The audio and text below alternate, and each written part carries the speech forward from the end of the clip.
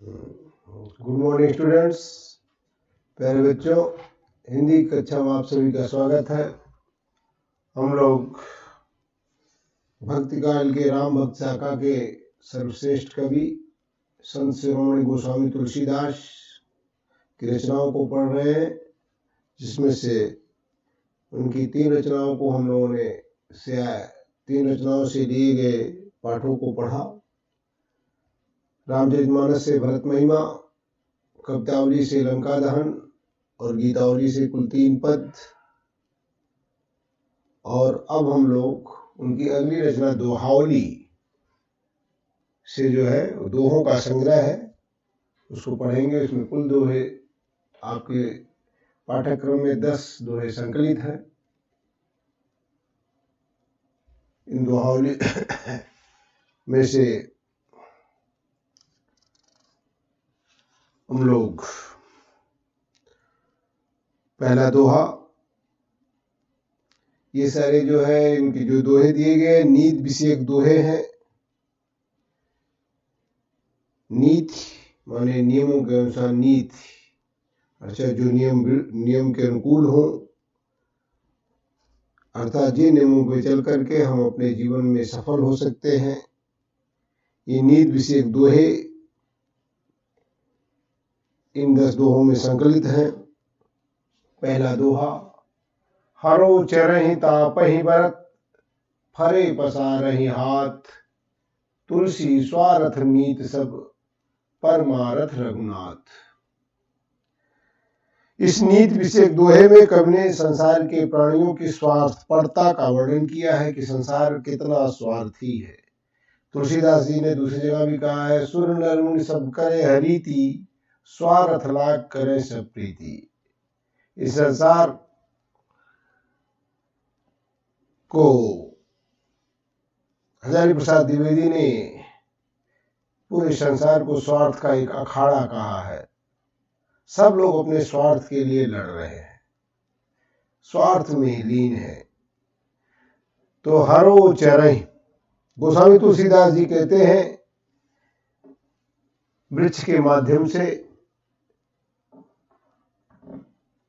हमें बताना चाहते हैं कि संसार कितना स्वार्थी है कि हरो चरहि तापहि बरत, फरे पसारहि हाथ।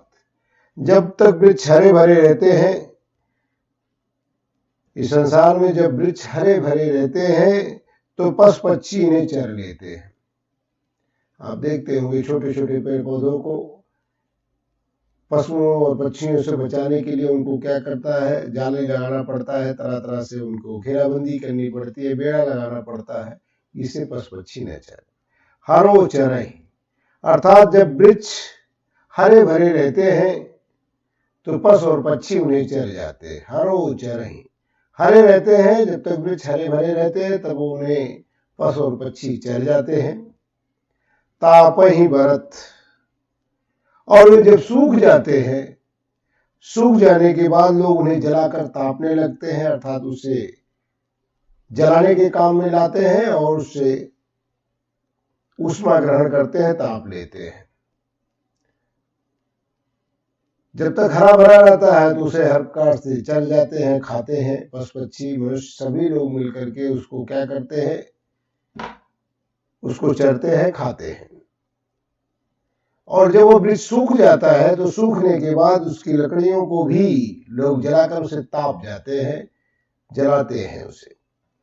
फरे पसारहि हाथ, और जब वो वृक्ष फलों से लदा रहता है तो फैलाकर उसे हाथ फैला करके उसे फल लेते हैं, अर्थात उससे फल की याचना करते हैं। जब वो वृक्ष फलों से लदा रहता है, फल लगे रहते हैं, तो हाथ फैलाकर उससे फल ले लेते हैं। इस प्रकार से तुलसी स्वार्थ मीत सब, इस प्रकार से प्राणी संसार में सब अपना स्वार्थ सिद्ध करने में लगे हैं। परमारथ रघुनाथ, तुलसीदास जी कहते हैं, परमार्थ के मित्र, दूसरों का हित देखने वाले, दूसरों का भला चाहने वाले, दूसरों के हितैषी तो केवल रघुनाथ है, अर्थात प्रभु श्री राम ही केवल रघुनाथ जी है, जो दूसरों के हित के लिए हर समय प्रेम करते हैं, जो दूसरों से जो हर समय प्रेम करते हैं और दीन स्थिति में भी तो विशेष रूप से प्रेम करते हैं। अर्थात केवल एक रघुनाथ ही ऐसे हैं जो परमार्थ के हित, परमार्थ मित्र के तो है केवल रघुनाथ जी हैं, परम हितैषी केवल रघुनाथ जी हैं, जो हर समय जो अपने भक्तों से प्रेम करते हैं, विशेषकर दुख की स्थिति में, दीन स्थिति में तो और अधिक अपने भक्तों से प्रेम करते हैं। हरो चरई, फिर से एक बार देख लें। हरो चरई तापई बरत, फरे पसारई हाथ। गोस्वामी तुलसीदास जी कहते हैं, इस संसार में जब वृक्ष हरे भरे रहते हैं तो पशु पक्षी उन्हें चर जाते हैं, और जब वे वृक्ष सूख जाते हैं तो लोग उन्हें जलाकर उससे तापते हैं, उससे ऊष्मा लेते हैं, उसे जलाने के काम में लाते हैं। और जब वह वृक्ष फलों से लदा रहता है तो उससे फल प्राप्त करते हैं, हाथ फैला करके उससे फल ग्रहण कर लेते हैं। इस प्रकार से सब संसार के वासी, संसार के सारे प्राणी अपने स्वार्थ सिद्ध करने में लगे हुए हैं। पशु पक्षी मनुष्य सभी अपने स्वार्थ के हित में लगे हुए हैं। केवल श्री रघुनाथ ही ऐसे हैं जो परमार्थ, दूसरों के हित के लिए परमार्थ के मित्र हैं, जो दूसरों के हित के लिए, दूसरों के भले के लिए सदैव तत्पर रहते हैं और अपने भक्तों से हर समय प्रेम करते हैं। विशेषकर दीनहीन की स्थिति में तो और अधिक प्रेम करते हैं। अर्थात दूसरों का हित चाहने वाला, दूसरों के हितैषी तो केवल कौन है? प्रभु श्री राम है। अगला दोहा।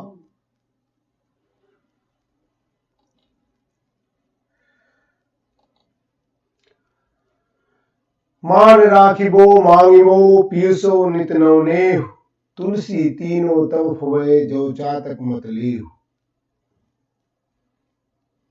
मान राखिबो मांगिबो पीसो नित नवनेहु। नवनेहु माने होता है नव माने नूतन, नवीन, नए प्रकार से, नया नया, नेह माने प्रेम, फवे माने शोभा देता है, लेव माने ग्रहण करना। इस दोहे में कवि ने चातक की विशेषताओं को पर प्रकाश डालते हुए कहा है कि चातक पक्षी जो है, चातक मत लेव, नीचे आया है चातक, चातक पक्षी। चातक पक्षी की विशेषता का वर्णन करते हुए कवि तुलसीदास जी कहते हैं कि मान राखिबो, सम्मान की रक्षा करना, अपने सम्मान की रक्षा करना। मान राखिबो, मांगिबो माने मांगना, और पियसो नित नवनेहु, अपने प्रिय से नित्य नया नया प्रेम करना, निरंतर प्रेम बढ़ाना। नित्य अर्थात हमेशा नए नए ढंग से अपने प्रीतम से प्रेम करना। तुलसी तीनों तब फवे, ये बातें तीनों, ये तीनों बातें फवे माने तभी शोभा देती हैं जब चातक का सिद्धांत, जो चातक मत लियो, जब चातक का सिद्धांत स्वीकार किया जाए। चातक का मत, चातक का सिद्धांत जब स्वीकार किया जाए तभी ये तीनों बातें जो है शोभा देती हैं। जैसे सम्मान की रक्षा करना, मांगना, और अपने प्रीतम से, अपने प्रिय से नित नए नए ढंग से प्रेम करना। तात्पर्य है कि जैसे चातक पक्षी केवल अपने प्रिय बादल से ही मांगता है, चातक पक्षी हर किसी के सामने जो है याचना नहीं करता है। वह स्वाति नक्षत्र के बादलों से ही जो है जल की बूंदें लेना चाहता है। वह हमेशा अन्य बादलों के सामने गिड़गिड़ाता नहीं है। वो केवल जो है बादलों के समक्ष अपने स्वाभिमान की रक्षा करते हुए, जहां से उम्मीद उसी होती है कि मुझे यहां मिलेगा, वहीं हाथ फैलाता है। मान राखिबो, तो चातक केवल अपने प्रिय बादल से ही मांगता है और केवल स्वाति नक्षत्र की बूंद ही पीता है। उस बूंद की प्राप्ति के लिए वह बादल से नित्य नए नए ढंग से प्रेम करता है, नए नए ढंग से प्रेम जोड़ता है। उसे कभी निराश नहीं होता। एक दिन बादल बरसते नहीं है तो ऐसा नहीं है कि उससे नाराज हो जाता है, दूसरे दिन और नए ढंग से उसे प्रेम करते हुए प्रेम जोड़ता है। उसी प्रकार से ये तीनों शोभायमान तब होते, उसी प्रकार से व्यक्ति को भी केवल अपने प्रिय से ही मांगना चाहिए, सभी के सामने उसे हाथ पसारना नहीं चाहिए। प्रिय से मांगना चाहिए और साथ ही साथ उसकी इच्छाएं भी अल्प होनी चाहिए और इच्छा पूर्ति के लिए प्रिय से नए नए प्रेम से जोड़ना चाहिए, तभी उसके जीवन में सफलता और प्रेम की अनन्यता सिद्ध हो सकती है।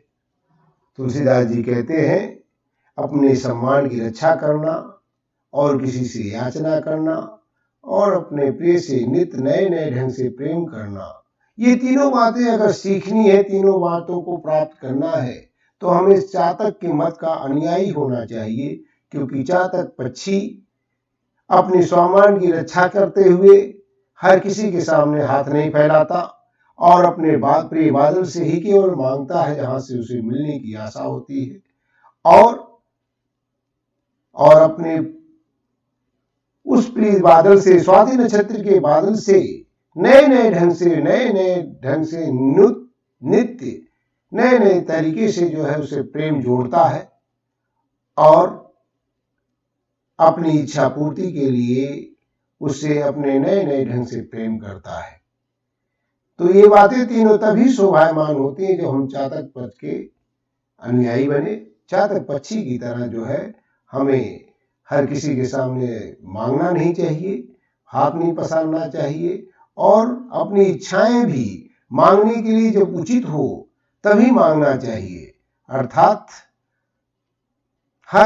हमेशा मांगने की आदत नहीं होनी चाहिए और अपनी स्वाभिमान की रक्षा करना भी सीखना चाहिए और इच्छा पूर्ति के लिए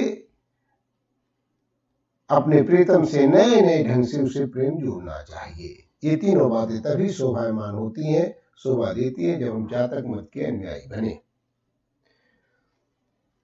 अगला पद, नहीं जाचत नहीं संग्रही, शीश नाई नहीं ले, ऐसी मानी मांग नहीं को बारिद मिंदे। जाचत माने मांगना, याचना करना, संग्रही माने एकत्र करना, बारिद माने बादल। इस दोनों में भी कवि ने स्वाभिमानी चातक का ही वर्णन किया है। नहीं जाचत नहीं संग्रही, तुलसीदास जी कहते हैं चातक अपने मुख से मांगता नहीं जाचत, वो बादल को देखते ही चिल्लाने नहीं लगता है, अर्थात उससे याचना नहीं करता। नहीं जाचत, चातक पक्षी वो अपने मुख से कुछ मांगता ही नहीं और यदि कोई देता है तो आवश्यकता से अधिक ग्रहण भी नहीं करता। नहीं संग्रही, संग्रह माने एकत्र करना, अर्थात अगर कोई दे रहा तो ऐसा नहीं है कि पूरे साल भर का या कई सालों का जल एकत्र कर ले, नहीं, केवल आवश्यकता से अधिक वो ग्रहण भी नहीं करता, संग्रह नहीं करता, एकत्र भी नहीं करता। नहीं जाचत, न तो जो है चातक पक्षी अपने मुख से कुछ मांगता भी नहीं और कोई देता भी है तो आवश्यकता से अधिक ग्रहण नहीं करता और यह कभी इकट्ठा करके नहीं रखता। शीश नाई नहीं ले, और कभी सिर झुका करके भी नहीं लेता, अर्थात अपने स्वाभिमान को खोकर, अपने मान को खोकर जो है गंवाकर सिर झुका करके वह ग्रहण भी नहीं करता है। अर्थात चातक सदैव अपने मुख को ऊपर किए रहता है और ऊपर से गिरने वाली स्वाति नक्षत्र की बूंदें उसके सीधे मुंह में गिरती हैं और उसी को ग्रहण करता है। यदि उसके मुंह में अगर बूंदें नहीं गिरी तो वह बहते हुए जल से जो है अपनी प्यास नहीं बुझाता। नहीं जाचत नहीं संग्रही, शीश नाई नहीं ले, चातक पक्षी अपने मुख से मांगता नहीं और कोई देता है तो आवश्यकता से अधिक ग्रहण भी नहीं करता और कभी इकट्ठा करके रखता भी नहीं, और साथ ही साथ कभी सिर झुका करके भी जल को ग्रहण नहीं करता है, नहीं लेता है। ऐसी मानी मांगने को वारिद बिंदे, ऐसे स्वाभिमानी चातक को बादल के बिना भला कौन दे सकता है। ऐसे स्वाभिमानी व्यक्ति की मांग को बादल के अतिरिक्त वारिद, वारी वाले जल होता है, जल में जब दा लगा देते हैं वारी के पर्यायवाची में, पानी के पर्यायवाची में, तो बादल बन जाता है। तो बादल के बिना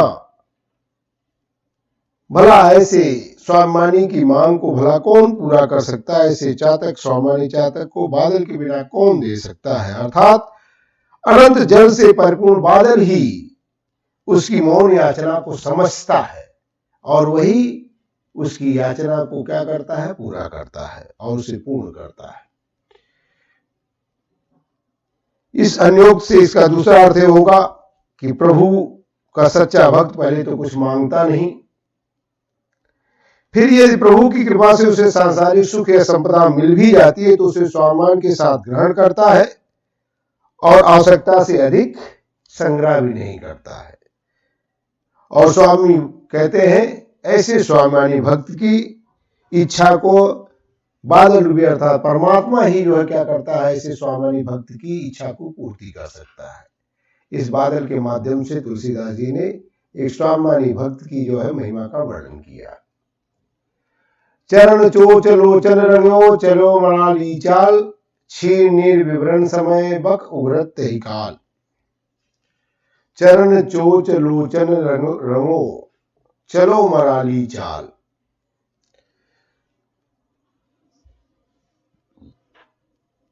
मराल माने होता है हंस, चरण माने अपने पैरों को, चोच जो पक्षी की जो है जिससे अपना भोजन ग्रहण करता है चोच, लोचन माने नेत्र, मराली माने मराल माने होता हंस, चाल माने गति। क्षीर नीर, क्षीर माने दूध, नीर माने पानी, विवरण माने उसका विवरण करते समय उसका विभाजन करने के लिए अलग करना, बक माने बगुला। तो इस दोहे में कवि ने बगुले और हंस के अंतर को स्पष्ट करते हुए कहा है कि बनावट न तो कभी छिप सकती है और न ही वास्तविकता का स्थान ले सकती है। सच्चाई छिप नहीं सकती बनावट के वसूलों से। तो चरण चोच लोचन रंगो चलो मराली चाल। तुलसीदास जी कहते हैं ये बगुला हंस बनने के लिए अपने पैरों को, अपनी चोंच को, अपने नेत्रों को, आंखों को रंग कर हंस की तरह जो है उसके रंग में रंग ले, हंस की तरह जो है अपने पैरों को, अपनी चोंच को और नेत्रों को जो है वो रंग ले,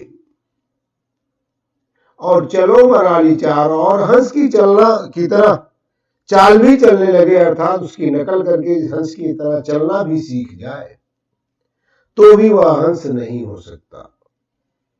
चरण चोच लोचन रंगो चलो मराली चाल। बगुला हंस बनने के लिए अपनी चोंच, अपने पैरों को, अपने नेत्रों को चाहे रंग ले हंस के रंग में, और हंस की तरह वह चलना भी यदि सीख ले, नकल करके उसकी तरह चलना भी अगर सीख ले, चलने भी लगे, तो भी वह बगुला हंस नहीं बन सकता। क्यों?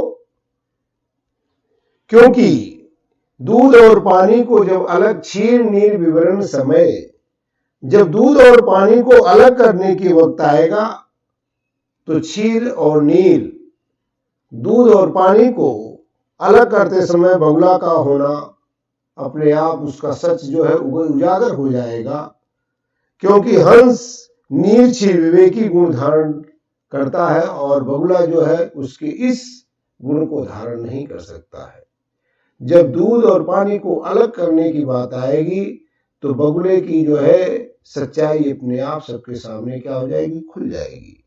अन्योक्ति से इसका अर्थ यह होगा कि दुष्ट व्यक्ति ये सज्जन व्यक्ति की तरह रंग रूप वेशभाषा और वाणी बोलना भी सब कुछ सीख ले, उसकी तरह जो है वस्त्र को धारण करके, सज्जन व्यक्ति की तरह जो है वस्त्र को धारण करके चलना बोलना सब कुछ सीख ले, तो भी वह सज्जन नहीं हो सकता। क्यों? क्योंकि वह एक तो अपनी दुष्टता से बाज नहीं आएगा और दूसरे वह सज्जनों के गुण को ग्रहण नहीं कर सकता है। जब भी समाज में वह अपना कार्य करेगा तो थोड़ी देर में जैसे ही वह अपना कार्य करना शुरू करेगा तो उसकी दुष्टता अपने आप ही जो है सबके सामने उजागर हो जाएगी। आप का सब भलो, अपने कह कोई कोई, आप का सब भलो, अपने कह कोई, तुलसी सब कह जो भलो, सुजन सराहिए सोई। आप का सब भलो। तुलसीदास जी कहते हैं प्रस्तुत दोहे में स्पष्ट उन्होंने किया है कि परोपकार करने वाले व्यक्ति संसार में, परोपकार करने वाले व्यक्तियों की ही, दूसरों के ही चाहने वाले व्यक्तियों की ही संसार में सराहना होती। आप कह सब भलो, अपने लिए तो सभी भले होते हैं, अपना हित चाहने वाले तो सभी लोग होते हैं। आप कह सब भलो, सब अपने लिए अपना हित चाहने वाले तो सभी लोग हैं, सब अपने लिए भले होते हैं और अपने लिए भलाई का कार्य करते हैं। अपने कहां कोई, और सभी अपने ही भलाई के कार्य में लगे रहते हैं। कुछ ऐसे व्यक्ति होते हैं कि अपने भले के साथ साथ, अपना भला करने के साथ ही साथ अपने मित्र और अपने संबंधियों का, अपने लोगों का भी, अपने कह कोई, अपने अपने मित्रों का, अपने अपने संबंधियों के भले के लिए भी तत्पर रहते हैं। जब अपना हित सिद्ध हो जाता है तो सोचते हैं अब क्या करें, तो अपने मित्रों का, अपने संबंधियों के हित में लगे रहते। वैसे तो सब अपने, पहली बात आप कहां सब भलो, अपने लिए तो सभी भले होते हैं, अर्थात सभी अपने ही भलाई के लिए तत्पर रहते हैं, अपने भलाई के कार्य में लगे रहते हैं। किंतु कुछ ऐसे भी व्यक्ति होते हैं जो स्वयं के भला करने के साथ साथ अपने मित्रों तथा अपने संबंधियों का, अपने हितैषियों का भी भला करने में लगे रहते हैं, अपने हितैषियों का भी भला करते हैं। लेकिन तुलसी सब का जो भलो, सुजन सराहिए सोई। तुलसीदास जी कहते हैं इन तीनों में, दो तो एक हो गए, एक तो अपने हित में लगे रहने वाले व्यक्ति, दूसरे अपने हित के साथ साथ जो है दूसरों का भला चाहने वाले, तीसरे व्यक्ति वे हैं इनमें जो सभी का भला मानकर, सबका जो भलो, सभी को भला मानकर और सभी की भलाई के लिए लगे रहते हैं। तुलसी सब कहा जो भलो, जो सभी को भला मान करके, सभी को अच्छा मान करके सभी के हित में तत्पर रहते हैं। सुजन सराहिए सोई। तुलसीदास जी कहते हैं वही श्रेष्ठ व्यक्ति होते हैं जो सभी को भला मान करके उनकी भलाई में तत्पर रहते हैं, लगे रहते हैं। इस प्रकार व्यक्तियों को ही, ऐसे प्रकार के व्यक्तियों को ही, सज्जन व्यक्तियों को ही सज्जन व्यक्तियों के द्वारा सराहना की जाती है। सज्जन व्यक्ति ऐसे ही भले लोगों की सराहना करते हैं जो सभी की भलाई में तत्पर रहते हैं। अपने की भलाई के लिए तो सभी तत्पर रहते हैं, अपना भलाई तो सभी चाहते हैं। एक प्रकार की व्यक्ति हो गए। कुछ व्यक्ति ऐसे होते हैं, अधिकतर व्यक्ति ऐसे हैं जो सदैव अपने ही भले में लगे रहते हैं, और कुछ व्यक्ति ऐसे होते हैं अपने भले के साथ साथ जो दूसरों का भी, अपने हितैषियों, अपने मित्रों का भी भला करते हैं। लेकिन इन दोनों के अतिरिक्त तीसरे व्यक्ति वे होते हैं जो सभी को भला समझ करके पूरे संसार सभी का भला करने के लिए तत्पर रहते हैं। सज्जन लोग ऐसे ही तीसरे प्रकार के व्यक्ति जो सभी का भला चाहते हैं, उनकी प्रशंसा में उनकी सराहना करते हैं। प्यारे बच्चों, हम लोग आज 5 दोहे ही पढ़ेंगे, अगले के 5 दोहे कल पढ़ेंगे। Thank you, all the best.